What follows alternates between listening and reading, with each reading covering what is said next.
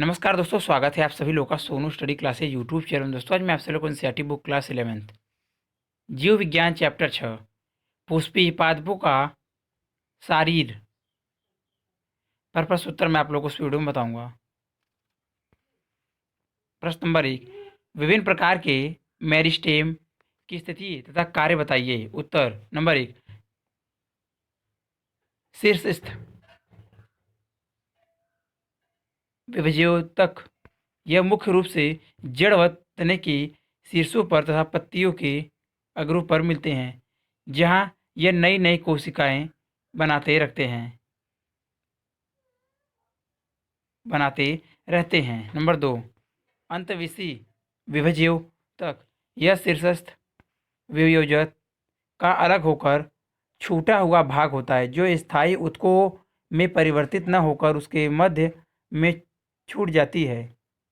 घासों के प्रायों के आधारों में पुदीने के तने की पर्वसंधियों के नीचे यह ऊतक पाया जाता है। इसकी कोशिकाओं में विभाजन के फलस्वरूप पौधों की लंबाई में वृद्धि होती है। नंबर 3, पार्श्व विभज्योतक, पौधों में इस ऊतक की स्थिति पार्श्व पार्श्व में होती है, इसलिए इसे पार्श्व विभज्योतक कहते हैं। इसकी कोशिकाओं में विभाजन अरीय दिशा में होता है। इसके उदाहरण पुलीय, कैम्बियम व कार्क कैम्बियम है। प्रश्न नंबर 2, कार्क कैम्बियम ऊतकों से बनता है जो कार्क बनाते हैं। क्या आप इस कथन से सहमत है? वर्णन करो। उत्तर हाँ, हम इस कथन से सहमत है कि कार्क कैम्बियम ऊतकों से बनता है जो कार्क बनाते हैं। यह पार्श्व विभज्योतकों की कोशिकाओं के अरीय दिशा में विभाजन के फलस्वरूप बनता है। प्रश्न नंबर 3, चित्रों की सहायता से कष्टीय एंजियोस्पर्म के तनों में द्वितीय वृद्धि के प्रक्रम का वर्णन कीजिए। इसकी क्या सार्थकता है? उत्तर द्वितीय वृद्धि शीर्षस्थ विभज्योतक की कोशिकाओं के विभेदन और परिवर्धन के फलस्वरूप प्राथमिक ऊतकों का निर्माण होता है। अतः शीर्षस्थ विभज्योतक के कारण पौधे की लंबाई में वृद्धि होती है। इसे प्राथमिक वृद्धि कहते हैं। बीजीपत्ती तथा जिम्नोस्पर्म आदि कष्टीय पौधों में पार्श्व विभज्योतक के कारण तने तथा जड़ की मोटाई में वृद्धि होती है। इस प्रकार मोटाई में होने वाली वृद्धि को द्वितीयक वृद्धि कहते हैं। जाइलम और फ्लोएम के मध्य विभज्योतक को संवहन एधा तथा वल्कुट या परिरंभ में विभज्योतक को कार्क एधा कहते हैं। द्वितीय वृद्धि एबीजपत्ती तना, द्वितीय वृद्धि संवहन एधा तथा कार्क एधा की क्रियाशीलता के कारण होती है। संवहन एधा की क्रियाशीलता द्विबीजपत्री तने में संवहन वड़ल वर्षी होते हैं। संवहन वड़लों में जाइलम तथा फ्लोएम के मध्य अंत पुलीय एधा होती है।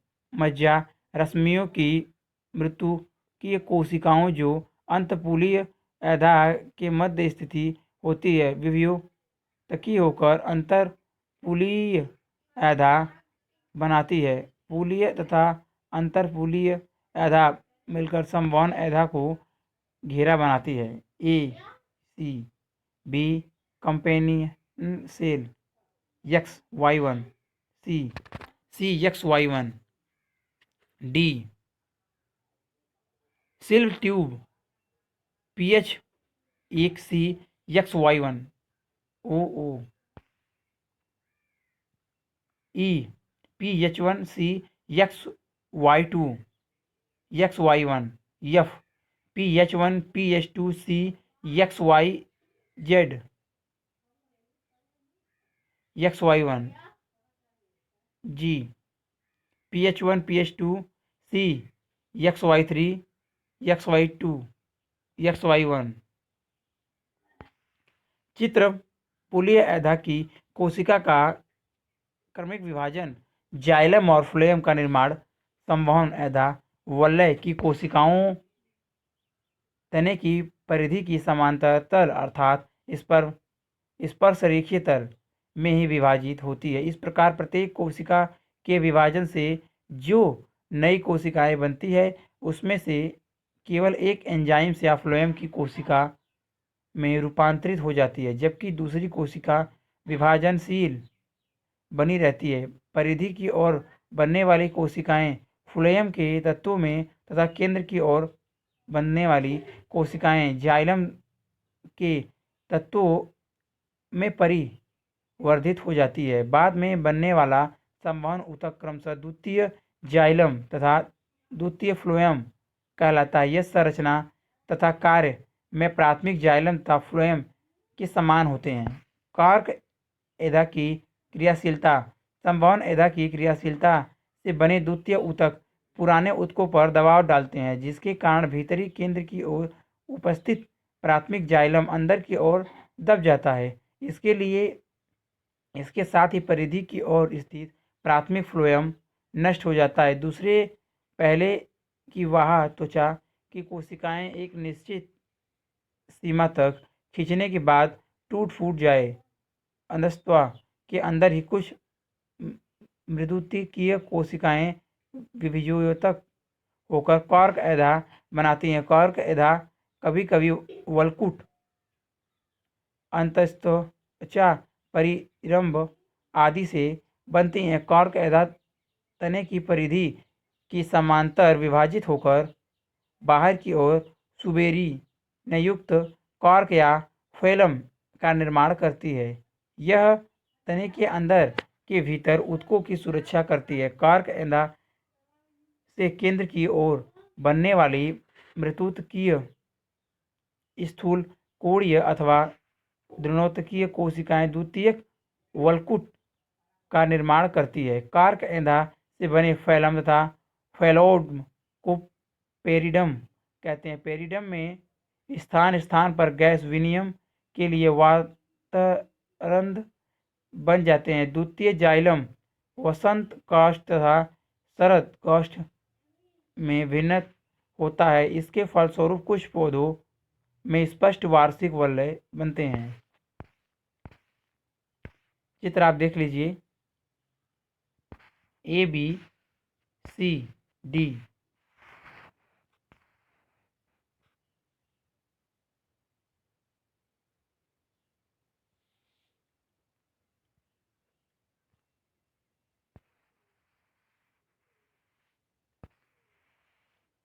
चित्र द्विबीजपत्री तने की द्वितीय वृद्धि की क्रमिक अवस्थाएं। प्रश्न नंबर 4, निम्नलिखित में विभेद कीजिए। अ टेकिट तथा वाहिका, ब पेरेन काइमा तथा कालेन काइमा, स रसदारू तथा अंत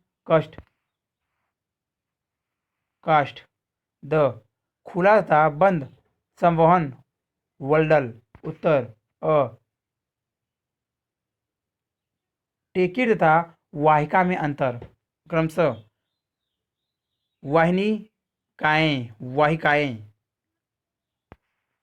नंबर 1, यह लंबी लिग्नी नियुक्त अपेक्षाकृत सरकरी कोशिकाएं होती हैं। दोनों सिरों पर सरकरी तथा नुकीले होती हैं। नंबर 2, यह कोशिकाएं सिरों पर अन्य वाहिनिकाओं के साथ चिपकी रहती है। नंबर 3, दो वाहिनिकाओं से संधि तल पर गर्तमय भित्तियां होती हैं। गर्तों में ही जल इत्यादि का संवहन होता है।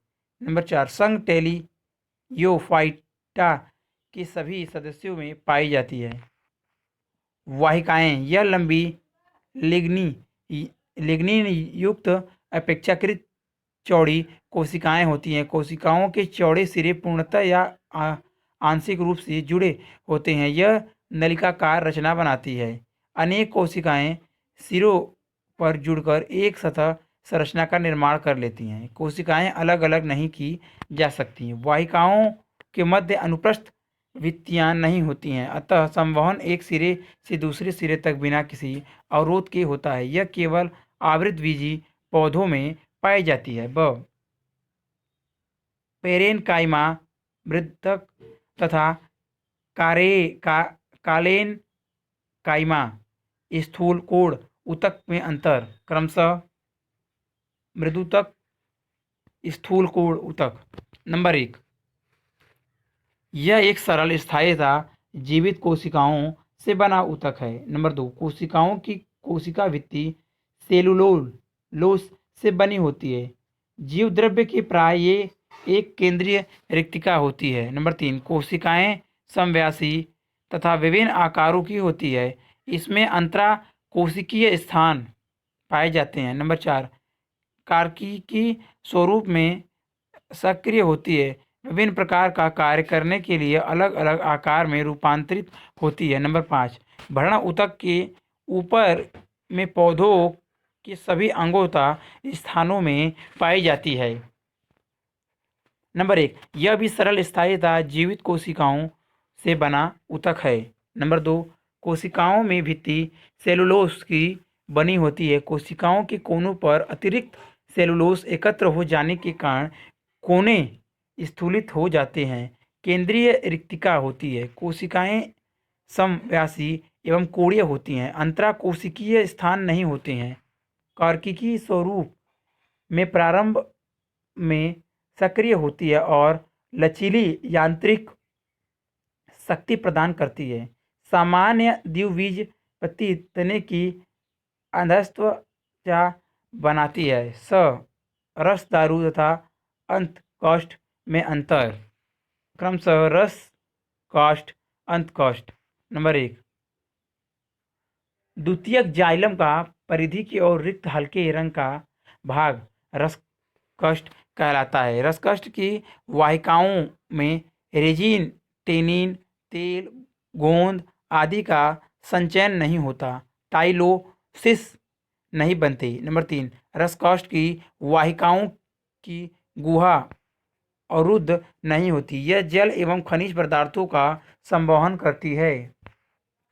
अंतकोष्ठ। नंबर 1, द्वितीयक जाइलम के केंद्र की ओर स्थित गहरे रंग का भाग अंतकोष्ठ या दृढ़कोष्ठ कहलाता है। नंबर 2, अंतकोष्ठ की वाहिकाओं में टेनिन, रेजिन, तेल, गोंद एकत्र हो जाता है। वाहिकाओं में टाइलोसिस बन जाते हैं। नंबर 3, अंतकोष्ठ की वाहिकाओं का मार्ग अवरुद्ध हो जाने के कारण यह जल तथा खनिज लवणों का संवहन नहीं करती।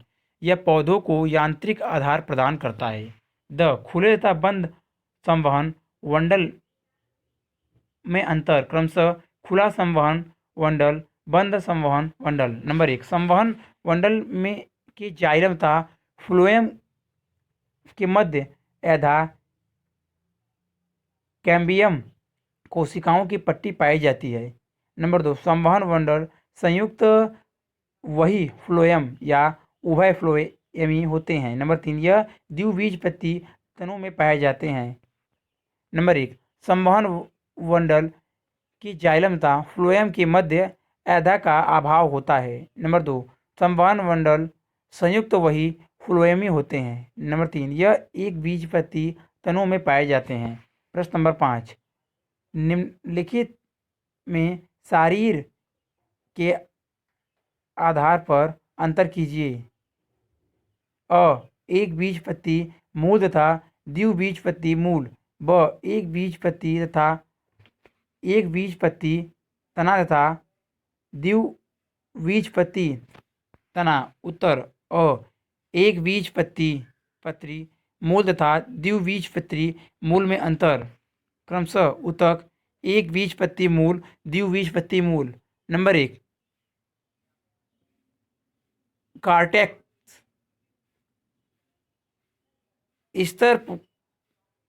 स्तर कम मोटा होता है, अपेक्षा अधिक मोटाई स्तर होता है।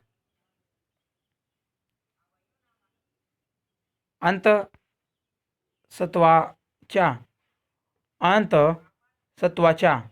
कोशिकाएं स्थूलित भित्तियों वाली होती है, इसलिए मार्ग कोशिकाएं अधिक स्पष्ट होती हैं। प्राय भित्तियां पतली होती हैं, केवल आर्य भित्तियों पर कैस्पेरियन कैस्पेरियन पट्टियां होती हैं, अतः मार्ग कोशिकाएं अपेक्षाकृत अधिक स्पष्ट नहीं होती हैं। नंबर 3, परिरंभ पार्श्वमूल बनाती हैं।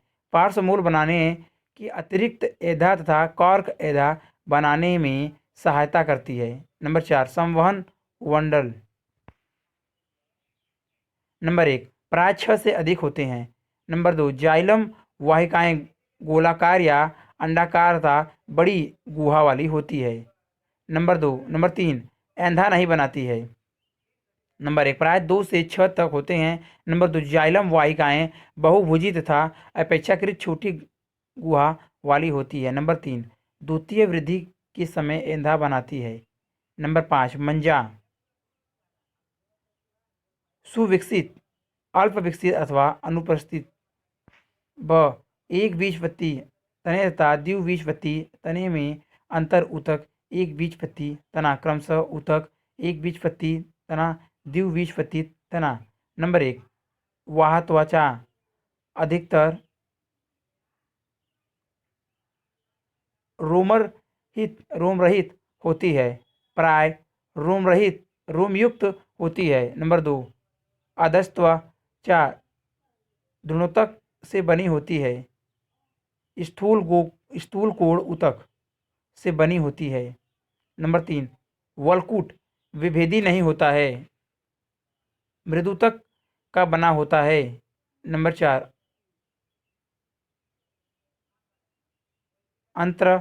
अंत स्वत्वचा अनुपस्थिति होती है, सामान्यता स्पष्ट होती है। नंबर 5, परिरंभ सामान्य रूप से अनुपस्थित होती है, दुर्रोधक और मृदु तक की बनी होती है। नंबर 6, संवहन वंडल। नंबर 1, भरण ऊतक में बिखरे रहते हैं। नंबर 2, सदैव अवधि होते हैं। नंबर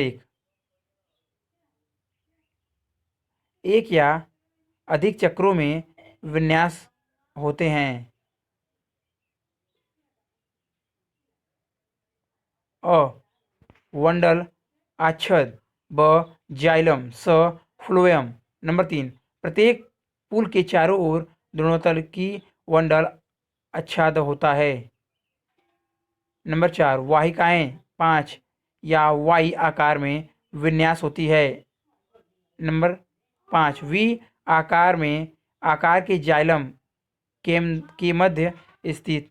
नंबर 6, फ्लोएम में मृदुतक का अभाव होता है। नंबर 3, अभाव होता है।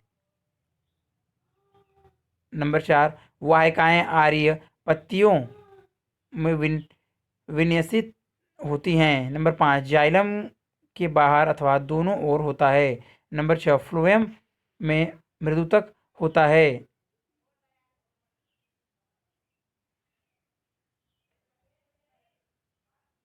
नंबर 7, मज्जा रश्मि नहीं होती है, मृदुतक से बनी होती है। मज्जा स्पष्ट नहीं होता, फिर भी केंद्र में कभी कभी कोशिकाएं विघटित होकर मज्जा गुहा बनाती हैं। स्पष्ट होता है, कभी कभी कोशिकाएं विघटित होकर मज्जा गुहा बनाती हैं। नंबर 9, द्वितीयक वृद्धि नहीं होती है, सामान्यतः द्वितीय वृद्धि होती है। प्रश्न नंबर 6, आप एक सेसव तने की अनुप्रस्थ काट का सूक्ष्मदर्शी से अवलोकन कीजिए। आप कैसे पता करेंगे कि यह एक बीजपत्री तना है अथवा द्विबीजपत्री तना है? इसके कारण बताइए। उत्तर, सेसव तने की अनुप्रस्थ काट का सूक्ष्मदर्शी अवलोकन करके निम्नलिखित अर्थों के आधार पर एक बीजपत्री या द्विबीजपत्री तने की पहचान करते हैं। क, तने की आंतरिक आकारिकी लक्षण। नंबर 1, वाह त्वचा पर उपचर्म, रंध्र तथा बहुकोशिकीय रोम पाए जाते हैं। नंबर 2, अधस्त्वचा उपस्थित होती है। नंबर 3, अंतस्त्वचा प्राय अनुपस्थित या अल्प विकसित होती है। नंबर 4, परिरंभ प्राय बहुस्तरीय होता है। नंबर 5, संवहन मंडल संयुक्त वही फ्लोएमी या उभय फ्लोएमी होता है। नंबर 6, प्रोटोजाइलम एडॉर्क होता है। ख, एक बीजपत्री तने के आंतरिक आकार की लक्षण। नंबर 1, वाह त्वचा पर बहुकोशिकीय रोम अनुपस्थित होते हैं। नंबर 2, अधस त्वचा गुणोत्तक होती है। नंबर 3, भरण ऊतक वलकुट अंतस्त्वचा परिरभ तथा मज्जा में अविभेदित होता है। नंबर 4, संवहन मंडल भ्रण ऊतक में बिखरे रहते हैं। नंबर 5, संवहन मंडल संयुक्त वही फ्लोएमी तथा आवर्ती होते हैं। नंबर 6, संवहन मंडल चारों ओर से गुणोत्तक से बनी मंडल अच्छद से घिरे होते हैं। नंबर 7, जाइलम वाहिकाएं V- या Y- क्रम में व्यवस्थित रहती हैं। ग, द्विबीजपत्री तने के आंतरिक आकार की लक्षण। नंबर 1, वाह त्वचा पर बहुकोशिकीय रोम पाए जाते हैं। नंबर 2, अधस्त्वचा स्थूल कोण ऊतक से बनी होती हैं। नंबर 3, संवहन मंडल 1 या 2 घेरों में व्यवस्थित होते हैं। नंबर 4, भरण ऊतक वलकुट अंतस्त्वचा परिरंभ मज्जा तथा मज्जा रश्मियों में विभेदित होता है। नंबर 5, संवहन मंडल संयुक्त वही फ्लोएमी या उभय फ्लोमी और वर्धा ओपन होते हैं। नंबर 6, जाइलम वाहिकाएं रेखीय क्रम में व्यवस्थित होती हैं। प्रश्न नंबर 7, सूक्ष्मदर्शी किसी पौधे के भाग की अनुप्रस्थ काट में निम्नलिखित शारीर रचनाएं दिखाती हैं। अ, संवहन मंडल संयुक्त फैले हुए था, उसके चारों ओर एक्लेरेनकाइमी आच्छद है। ब, फ्लोएम पेरेनकाइमा नहीं है। आप कैसे पहचानेंगे कि यह किसका है? उत्तर, एक बीजपत्री तने की आंतरिक आकार की या शरीर में संवहन मंडल भ्रण ऊतक में बिखरे रहते हैं। संवहन मंडल संयुक्त तथा आवर्ती होते हैं। संवहन मंडल के चारों ओर एक्लेरेनकाइमी मंडल आच्छद होती है। फ्लोएम में फ्लोएम मृदु तक का अभाव होता है, अतः सूक्ष्मदर्शी में प्रदर्शित पौधों का भाग एक बीजपत्री तना है। प्रश्न नंबर 8, जाइलम तथा फ्लोएम को जटिल ऊतक क्यों कहते हैं? उत्तर, जाइलम तथा फ्लोएम को जटिल ऊतक इसलिए कहते हैं क्योंकि यह एक से अधिक प्रकार की कोशिकाओं से मिलकर बनते हैं। सभी कोशिकाएं मिलकर एक इकाई के रूप में विभाजित होकर कार्य करती हैं। प्रश्न नंबर 9, रंध्री तंत्र क्या है? रंध्र की रचना का वर्णन करो और इसका नामांकित चित्र भी बनाओ। उत्तर, रंध्र ऐसी रचना है जो पत्तियों की वाह त्वचा पर पाए जाते हैं। रंध्र वाष्पोत्सर्जन तथा गैसों के विनिमय को नियमित करते हैं। प्रत्येक रंध्र एक वचन में रो सेम के आकार की 2 कोशिकाएं होती हैं, जिन्हें द्वार कोशिकाएं कहते हैं। एक बीजपत्री पौधे के द्वार कोशिकाएं डंबलाकार होती हैं। द्वार कोशिकाओं की बाहरी भित्ति पतली तथा आंतरिक भित्ति मोटी होती है। द्वार कोशिकाओं में क्लोरोप्लास्ट होता है और यह रंध्र के खुलने तथा बंद होने के क्रम को नियमित करता है। कभी कभी कुछ वाह त्वचित कोशिकाएं भी रंध्र के साथ लगी रहती हैं। इन्हें उप कोशिकाएं कहते हैं। रंध्रीय छिद्र द्वार कोशिका तथा सहायक कोशिकाएं मिलकर रंध्री तंत्र का निर्माण करती हैं। चित्र आप देख लीजिए, चित्र ए, चित्र बी।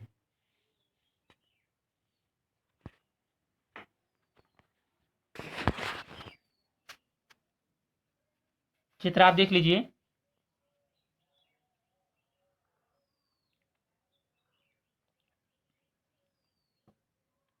चित्र, रंध्री तंत्र ए, सेम के आकार वाली द्वार कोशिका सहित रंध्र तथा बी, डंबलाकार द्वार कोशिका रहित रंध्र। प्रश्न नंबर 10, पुष्पी पादपों में 3 मूलभूत ऊतक तंत्र बताओ प्रत्येक तंत्र के ऊतक बताओ। उत्तर, पुष्पी पादपों में 3 मूलभूत ऊतक तंत्र निम्नवत हैं। नंबर 1, वाह त्वचीय ऊतक तंत्र मृदुतक। नंबर 2, व्रण ऊतक तंत्र पेरेन काइमा, कोलेन काइमा तथा स्क्लेरेन काइमा, स्क्लेरेन काइमा। नंबर 3, संवहन ऊतक तंत्र जाइलम तथा फ्लोएम। प्रश्न नंबर 11, पादप शरीर का अध्ययन हमारे लिए कैसे उपयोगी है। उत्तर, फार्माकोचोसी विज्ञान की वह शाखा है जिसके अंतर्गत औषधि महत्व के पदार्थों के स्रोत, विशेषताओं और उनके उपयोग का अध्ययन प्राकृतिक अवस्था में किया जाता है। यह अध्ययन मुख्य रूप से पौधों के शरीर पर निर्भर करता है। इमारती लकड़ी की दिन प्रतिदिन कमी होती जा रही है, इसलिए अच्छी इमारती लकड़ी के स्थान पर खराब इमारती लकड़ी का उपयोग किया जा रहा है। शारीरिक अध्ययन द्वारा लकड़ी की किस्म का पता लगाया जा सकता है। शारीरिक अध्ययन द्वारा एक बीजपत्री तथा द्विबीजपत्री तनों और जड़ की पहचान की जा सकती है। जीवाश्मय शारीरिक अध्ययन द्वारा प्राचीन कालीन पौधे का ज्ञान होता है। इससे जैव विकास का ज्ञान होता है कि आधुनिक पौधों की उत्पत्ति किस प्रकार हुई है। सूक्ष्मदर्शी अध्ययन द्वारा चाय, कॉफी, तंबाकू, कैंसर, हींग, वनस्पति रंगों, पादप औषधि में मिलावट का अध्ययन किया जा सकता है। मिलावट के कारण इनकी आंतरिक संरचना में भिन्नता आ जाती है। प्रश्न नंबर 12, परिचर्म क्या है। द्विबीजपत्री तने में परिचर्म कैसे बनता है। उत्तर, परिचर्म कार्क एधा की जीवित मृदुतक कोशिका में परिचर्म का निर्माण होता है। कार्क एधा या कागज की कोशिकाएं विभाजित होकर परिधि की ओर को कोशिकाएं बनाती हैं। वह सुवेरीन युक्त कोशिकाएं होती हैं। सुवेरीन युक्त कोशिकाओं से बना यह स्तर कार्क या फेलम कहलाता है। कार्क एधा से भीतर की ओर बनने वाली मृदुतकीय कोशिकाएं द्वितीयक वलकुट या फैलोडम बनाती हैं। फैलम कार्क एधा तथा द्वितीयक वलकुट मिलकर परिचर्म बनाती हैं। प्रश्न नंबर 13, पृष्ठधर पत्ती की भीतर रचना का वर्णन चिन्हित चित्रों की सहायता से कीजिए। उत्तर, पृष्ठधर या द्विबीजीय पत्ती की संरचना। द्विबीज पत्ती पौधों की पत्ती की अनुप्रस्थ काट में निम्नलिखित संरचनाएं दिखाई देती हैं। क, वाह त्वचा सामान्य दोनों सतहों पर एक कोशिकीय मोटे स्तर के रूप में होती हैं। नंबर 1, ऊपरी वाह त्वचा, यह एक कोशिका मोटा स्तर है। इसकी कोशिकाएं ढोलक नुमा परस्पर एक दूसरे से सटी हुई होती हैं। इन कोशिकाओं की बाहरी भित्ति उपचर्म युक्त होती है। कोशिकाओं में साधारणतः हरित लवक नहीं होते हैं। कुछ पौधे प्राय शुष्क स्थानों में उगने वाले पौधे में बहुस्तरीय वाह त्वचा पाई जाती है। नंबर 2, निचली वाह त्वचा। निचली वाह त्वचा एक कोशिका मोटे स्तर रूप में पाई जाती है। इस पर त्वचा उपचर्म होता है। रंध्र बहुतायन में पाए जाते हैं। रंध्रों की रक्षक कोशिकाओं में हरित लवक पाए जाते हैं। कुछ पत्तियों की ऊपरी वाह त्वचा पर भी रंध्र होते हैं, किंतु इनकी संख्या सदैव कम होती है। ख, वर्ण मध्योतक, दोनों वाह त्वचाओं के मध्य स्थिर संपूर्ण ऊतक वाहतम वर्णलों को छोड़कर पर्ण मध्योतक कहलाता है। पृष्ठाधर पत्तियों में पर्ण मध्योतक दो प्रकार की कोशिकाओं से मिलकर बनता है। नंबर 1, खंभ ऊतक, ऊपरी वाह त्वचा के नीचे लंबी खंभाकार कोशिकाएं 2-3 परियों में लगी होती हैं। इन कोशिकाओं के मध्य अंतराकोशिकीय स्थान बहुत कम या नहीं होते हैं। यह रूपांतरित मृदुतकीय कोशिकाएं होती हैं। यह प्रकाश संश्लेषी ऊतक हैं। चित्र आप देख लीजिए।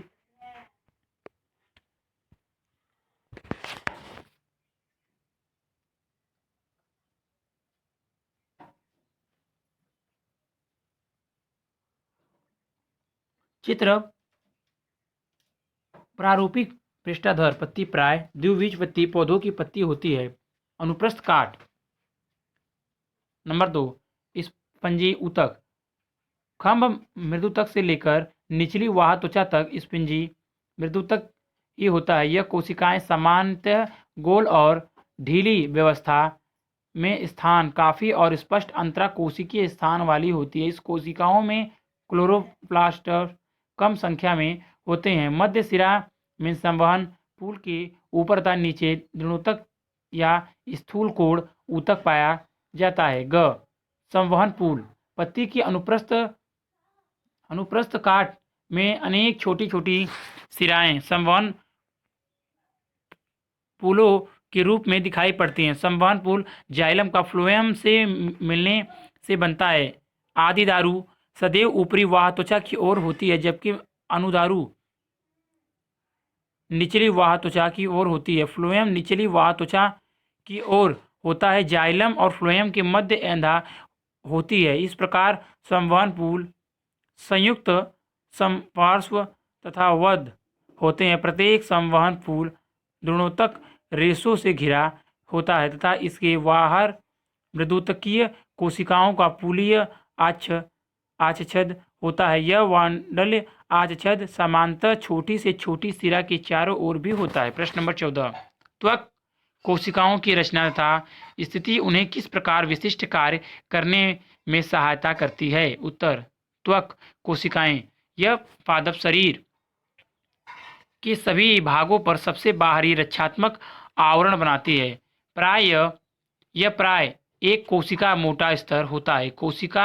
कोशिकाएं अनुप्रस्थ काट में ढोलक नुमा दिखाई देती है। बाहर से देखने पर यह अनियमित आकार की फर्श के टाइल्स की तरह अथवा बहुभुजीय दिखाई देती है। यह परस्पर एक दूसरे से मिलकर अखंड सतह बनाती है। यह कोशिकाएं मृदुतकीय कोशिकाओं का रूपांतरण होती है। इस कोशिकाओं में कोशिका द्रव्य की मात्रा बहुत कम होती है तथा प्रत्येक कोशिका में एक बड़ी रिक्तिका होती है। पौधों के वायवीय भागों की त्वक कोशिकाएं उपपर्च से ढकी होती है, परंतु मूलीय त्वचा की कोशिकाओं पर उपचर्म की रक्षात्मक आवरण नहीं होता।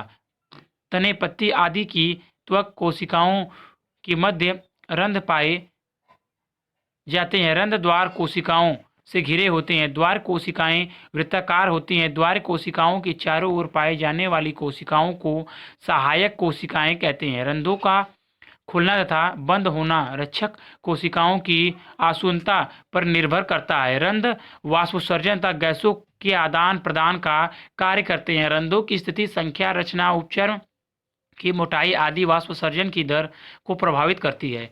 जड़ों की त्वक कोशिकाओं से एक कोशिकीय मूल रोम बनते हैं। यह मृदा से जल एवं खनिज लवणों का अवशोषण करते हैं। तने और पत्तियों की त्वक कोशिकाओं से बहुकोशिकीय रोम बनते हैं। पत्ती एवं तनों की रोमयुक्त सतह वाष्पोत्सर्जन की दर को नियंत्रित करने में सहायक होती हैं। रंध्रों की रोमों से ढके रहने का कारण मरुभूत पौधों में वाष्पोत्सर्जन की दर कम हो जाती है। त्वक कोशिकाएं वातावरणीय दुष्प्रभाव से पौधों की सुरक्षा करती है। अगर वीडियो अच्छी लगी तो वीडियो को लाइक करें, शेयर करें, कमेंट करें और नेक्स्ट वीडियो के लिए चैनल को सब्सक्राइब जरूर करें। Thank you for watching.